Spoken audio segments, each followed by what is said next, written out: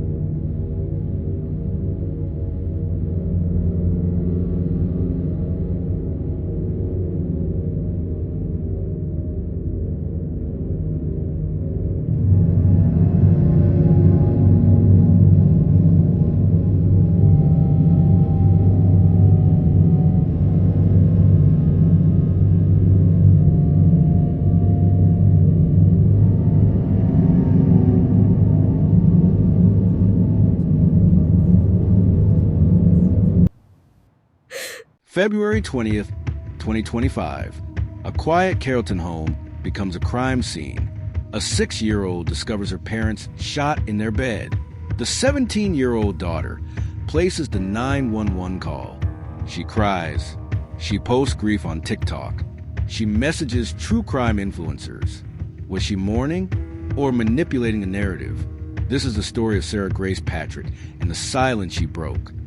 But a year from now, our family will be torn apart. This post on TikTok may seem innocent and even may draw some sympathy, but the dark reality is it was created a little more than a week after 16-year-old Sarah Grace Patrick allegedly shot her mom and stepdad to death as they slept in bed. For months, she took to social media crying over the deaths of her mother, Kristen Brock, and stepdad, James Brock. This one captioned, "Please send prayers for healing." But at the end of it, Patrick writes, "I should prob delete later." But she didn't just take to social media for sympathy. Kristen Brock, 41, and James Brock, 45, were beloved churchgoers, found dead in their home on February 20th. Their daughter, 16-year-old Sarah Grace Patrick. She called 911 after her 6-year-old sister discovered them. The Brock's home showed no signs of forced entry, no theft. In the weeks that followed, Sarah posted TikTok videos mourning. She described her life as a horror movie, predicted missing graduations, captions like, "Miss you guys," and "Should prob delete later." Influencers later said these messages, in hindsight, felt disturbing. In early June, a user named Sarah Grace messaged a true crime blogger, "Search Brock case, it'll be a really big hit." So not only did this teenager ask me to cover a case that she would wind up being arrested in, but her comments on that video that I made that she requested are so disturbing to look at now. Sarah Grace has now been arrested and charged with taking her mother and stepfather's life. She requested that I make a video about it, and then she commented, "Thank you for spreading awareness." She also replied to this person who asked what was used in this crime, and she answered. This person commented and said, "From an investigative standpoint, it would seem that it was someone who knew them, hoping for answers and swift justice." Sarah Grace, the daughter and stepdaughter of these victims who has now been arrested, said most definitely was, since they knew the house. Another influencer at ShoeLover99 received, "Mama Tot, I need a mama bad. I'm going through it." These messages came months before Sarah's arrest and fueled suspicion. At a March funeral, Sarah delivered a tearful eulogy and ended with, "I'm sorry." Police found that emotional performance unsettling and red flags abounded. I was ready for my mother's Tristan. For those of you who do not know me, my name is Sarah, and I'm Kristen Brock's daughter and James Brock's stepdaughter. This isn't easy. I don't know how Ben and Angie do this all the time, but I'm really happy I get to do this. But just bear with me because I stutter a lot. I just wanted to say goodbye to my mom and Jamie since we never got a chance to. I was so used to you guys always being here to the point that I never once thought to imagine y'all not being here. And didn't have a single clue how much I needed y'all until now. For James, thank you for all the life lessons you taught me and for being the best honest dad ever. Your heart will finally be healed in heaven and neither of y'all will be in any pain anymore. Although that gives me so much comfort, your fight was not supposed to end there. And for my mother, everything we went through does not define what kind of person or what kind of mother you were. You were a beautiful, kind soul with so much gratitude and so gosh dang strong. And you taught me so many life lessons, and some that you just recently taught me within the letter you sent to James in 2018. When I first read it, I smiled and I cried, and I got chill bumps. But every single time I read it, it puts me to a lot of peace. So I thought I'd share it. May 23rd, 2018, Deuteronomy 6:5.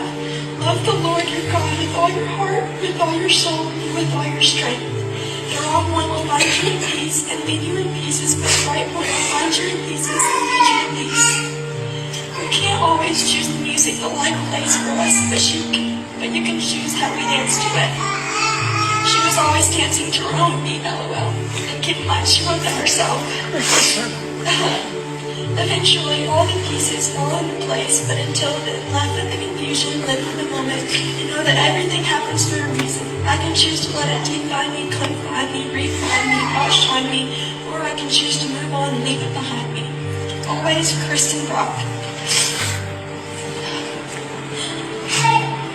Considering that gave me so much closure, I want to remember them for who they were and not what happened to them, and be happy for the time we got to spend together and not sad about the time that we don't.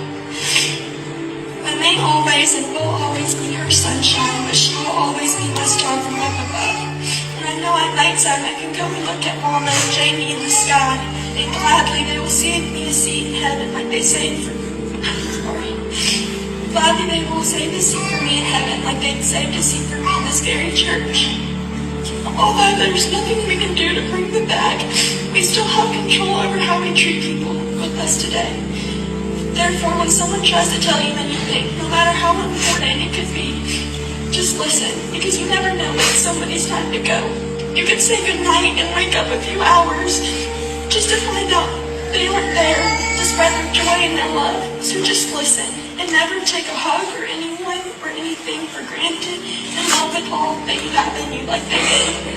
And lastly, my take on not taking people for granted, I want to thank my family, also known as my cat fam, my grandparents, my siblings, Jaylee, Donnie, Jaden, Jojo, Trent, Tristan, Ashley, and Jesse for helping me get through my worst nightmare. And last but not least, I want to thank Tasha, Bree, Nate, Lane, Kimberly Hayes, Kim Bowling, Katie, and most of all, my father, Angie, and Ben for making such a big difference. Jamie and Mama would have thanked y'all too. I love you guys, and so do they. I'm sorry.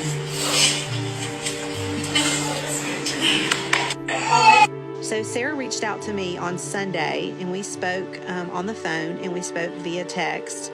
And she asked me to speak on her behalf about the night of 2/20/25. That's Kelly Brown, a family friend of the Brocks. In this video, she claims that Patrick told her that she didn't hear anything out of the normal the night her mom and stepdad were shot to death. But she did hear James's LVAD machine, which is his heart machine that kept his heart pumping. She did hear that alarm going off throughout the night. In the comment section of the video, Patrick posts that she heard the alarm going off 10 to 20 minutes before she went to bed, but claims it was faint because of background noises. Investigators spent months reviewing interviews, digital records, and discovered what they called mountains of evidence. On July 8, Sarah surrendered, escorted by her father. She's charged as an adult with 2 counts of murder and 2 of aggravated assault. Authorities work with regional agencies, yet no motive has been identified, and more arrests are possible.